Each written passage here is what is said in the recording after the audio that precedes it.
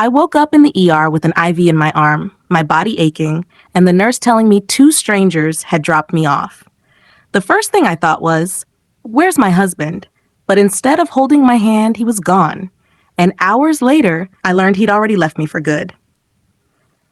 My name is Laura, I'm 33, and I never thought one reckless night could destroy my marriage. But it did. Daniel and I had been together for 8 years. He was steady, kind, and loyal, the kind of man who always picked me up when my car broke down, who made coffee every morning exactly how I liked it, who remembered anniversaries when I forgot. Safe, reliable, predictable. But that was the problem. Somewhere along the way, predictable started to feel like boring. And when my friends dragged me out for a girls' night, I let myself slip into the arms of excitement, a choice that shattered everything. That night was a blur of flashing lights, pulsing music, and too many drinks. 2 strangers started buying rounds for me and my friends.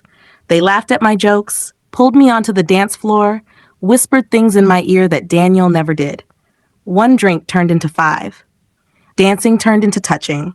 Touching turned into leaving with them. The last clear image in my head is stumbling into the back seat of their car, my heart pounding, my brain buzzing with the thought, this feels thrilling. The next memory? Cold hospital lights. A nurse leaning over me asking if I knew my name. My clothes were wrinkled, my body sore. You were dropped off by 2 men, the nurse said. Do you know them? I shook my head, tears burning my eyes. 2 strangers, that's all they were. And yet they had left me in a hospital bed, my dignity stripped away. But the real blow hadn't come yet. When I reached for my phone, I saw dozens of missed calls, all from Daniel. My heart leapt. He must be worried. He must be on his way. I called him back, my voice shaking.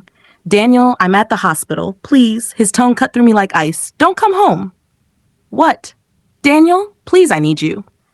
I know everything, he snapped. His voice broke, but he kept going. Do you realize how humiliating this is? My wife, half conscious, dropped off at the ER by strangers in the middle of the night? You've destroyed us, Laura. Daniel, I was drunk. I wasn't thinking. No, he said, his voice trembling. You were thinking. You chose. And now I'm choosing too. We're done. Click. He hung up.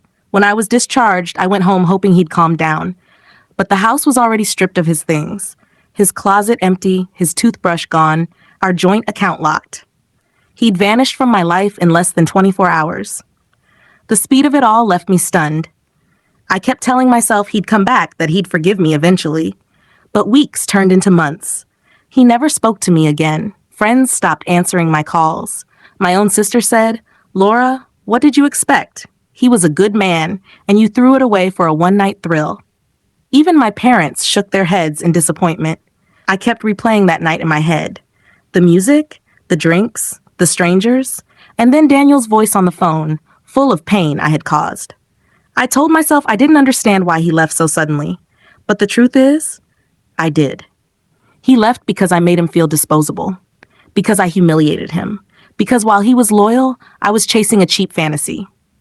Now, every time I see couples holding hands in the street, every time I smell coffee in the morning, I think of him.